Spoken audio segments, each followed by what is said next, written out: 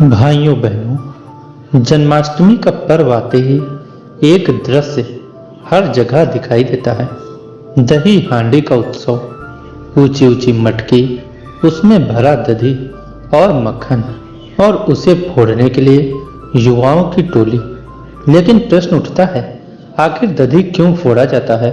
क्या यह सिर्फ खेल है या इसके पीछे कोई गहरी आध्यात्मिक रहस्य छिपा है? कथा कहती है कि जब भगवान श्री कृष्ण बाल रूप में थे तो उन्हें मक्खन और दही बहुत प्रिय था। गोकुल की गोपियां दूध दही का मक्खन बनाकर रखती, लेकिन नटकर नंदलाल और उनके सखा चोरी से वह सब खा जाते। कभी बर्तन से निकालते, कभी हांडी फोड़ते। गोपियां शिकायत लेकर मैया यशोदा के पास जाती, पर यशोदा कहती, क्या करूं, मेरा लाल तो यही सब करता है।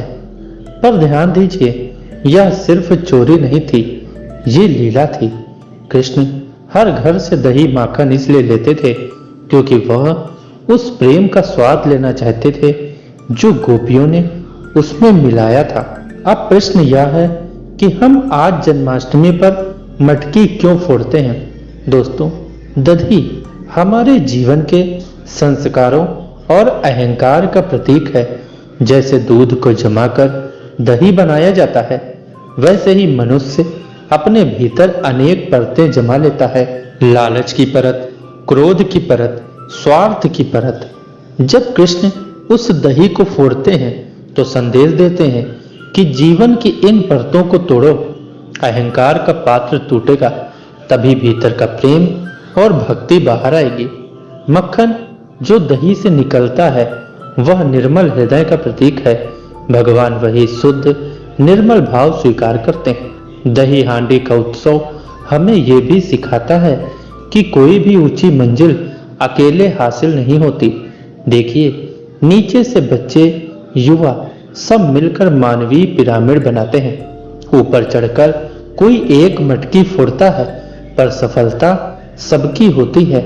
यह हमें सामूहिकता, सहयोग और एकता का संदेश देता है।